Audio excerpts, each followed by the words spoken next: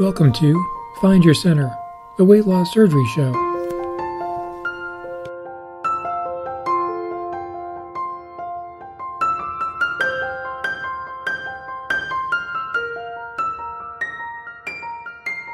Hey, this is Dr. T, and I was just wanting to wish everybody a happy and healthy new year. I hope everybody has a very safe and healthy 2019. I hope that everybody realizes their goals that they set forward for themselves, and that you get and achieve all the things that you want. Speaking of which, again, New Year's resolution, our goals during the time frame, very common thing to do when you kind of look in to see what folks normally resolve to do in the up and coming year. The following list is what I found when I did a Google search, and it basically went like this. Number 1, exercise more. Number 2, lose weight. Number 3, get organized. Number 4, learn a new skill or hobby. Number 5, live life to the fullest. Number 6, save money or spend less money. Number 7, quit smoking. Number 8, spend more time with family and friends. Number 9, travel more. Number 10, read more. And these are great things to try to achieve and resolve to do in the up and coming year. I think everybody starts off January 1 with the best of intentions, and then after a while it gets hard to stay motivated to do that. In fact, when you look at some of the different studies that are out there, only 46% of folks who make New Year's resolution are actually successful in achieving that goal. That means that more than half will actually fail. Now, you look at that for folks who actually do have goals for the up and coming year but don't make resolutions, or they're really called the non-resolvers. Only about 4% of folks will actually be successful at achieving their goals. So there is something to basically making the proclamation to yourself. Now, when it comes down to resolutions or goals, certainly anything that we can do to try to improve ourselves, our family, our friends, is definitely a worthwhile endeavor. But one of the bigger issues I think that we all fall into the trap of is that we focus on the end product, the actual goal, the resolution, right? So if I have a goal to lose weight, I want to have my weight be under 200 pounds. Well, that's a number. It's a goal. It's a result. And that's a hard thing to kind of stay motivated to do and to stay connected with as well, too. So one of the best strategies that I have found that helps me realize or achieve my goals or resolutions is to focus more on the process. And the process is something I'm more likely to be successful in, more likely to be able to correct, more likely to keep track of how I'm actually doing, as opposed to, 3 months from now I will have lost those 20 pounds and I will be under 200 pounds. And if I didn't achieve that, does that mean I'm successful or not successful?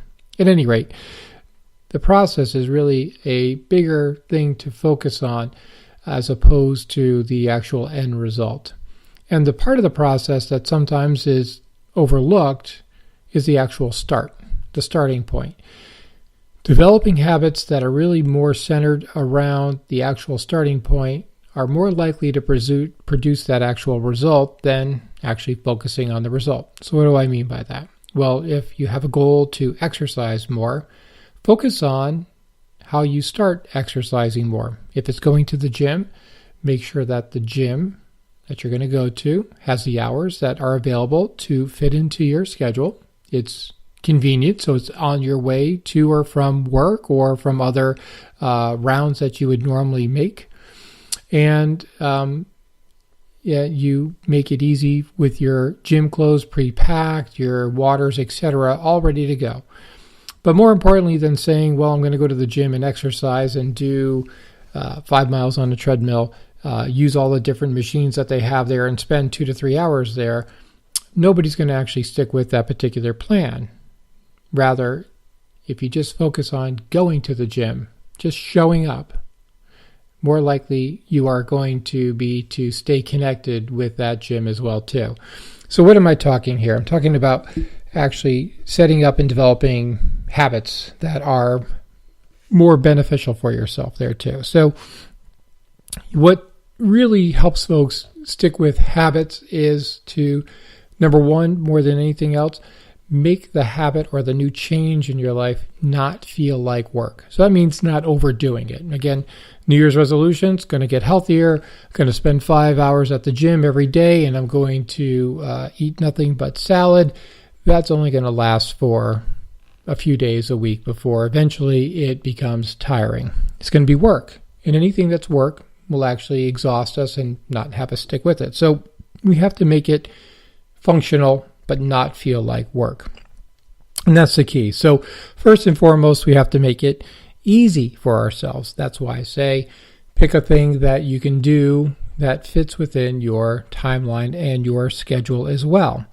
And that's important. You have to be aware of that. So you have to be consciously aware that you're looking to change a habit as well. Sometimes you should implement an intention, basically scheduling a date and a time that you're going to initiate these different habits as well. If it is easy, then you're more likely to stick with it. So you want to reduce the friction, the difficulty of actually starting that process as well too. So if it's going to the gym, preparing your gym bag, having your clothes in the car the night before that you're going to go, having a bottle of water, everything else getting ready to go. And in sort of the simplest forms, sometimes the habit is actually practicing driving to the gym and actually just getting out of the car and going into the gym. Even if you only spend 10 to 15 minutes there, you're still going to actually be in the habit of actually starting the exercise routine. And that's probably more powerful than going and actually doing the entire exercise routine that you had intended.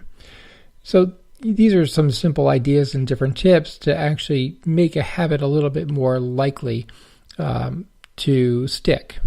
Again, have to make it easy, have to make it attractive, have to make it obvious, and you have to make it satisfying. And with that said, anything that feels like work, you're not going to stick with it. I know I won't stick with that as well too. Anyway, some basic tips onto the idea of how to initiate some different changes there. I, again, wish everybody a happy and healthy new year. If you're interested in what some of my New Year's resolutions are, certainly not dissimilar than yours, but exercise more, also maintaining a healthy weight, keeping myself well organized. There's nothing unique about these different types of desires and wants for any of us. It's just a matter of how we go about it and not to try to overdo it on the first week or two and focus on the beginning and focus on making it easier. Anyway, happy and healthy New Year to all. Stay tuned for more podcasts from Find Your Center, the Weight Loss Surgery Show. Thanks for listening.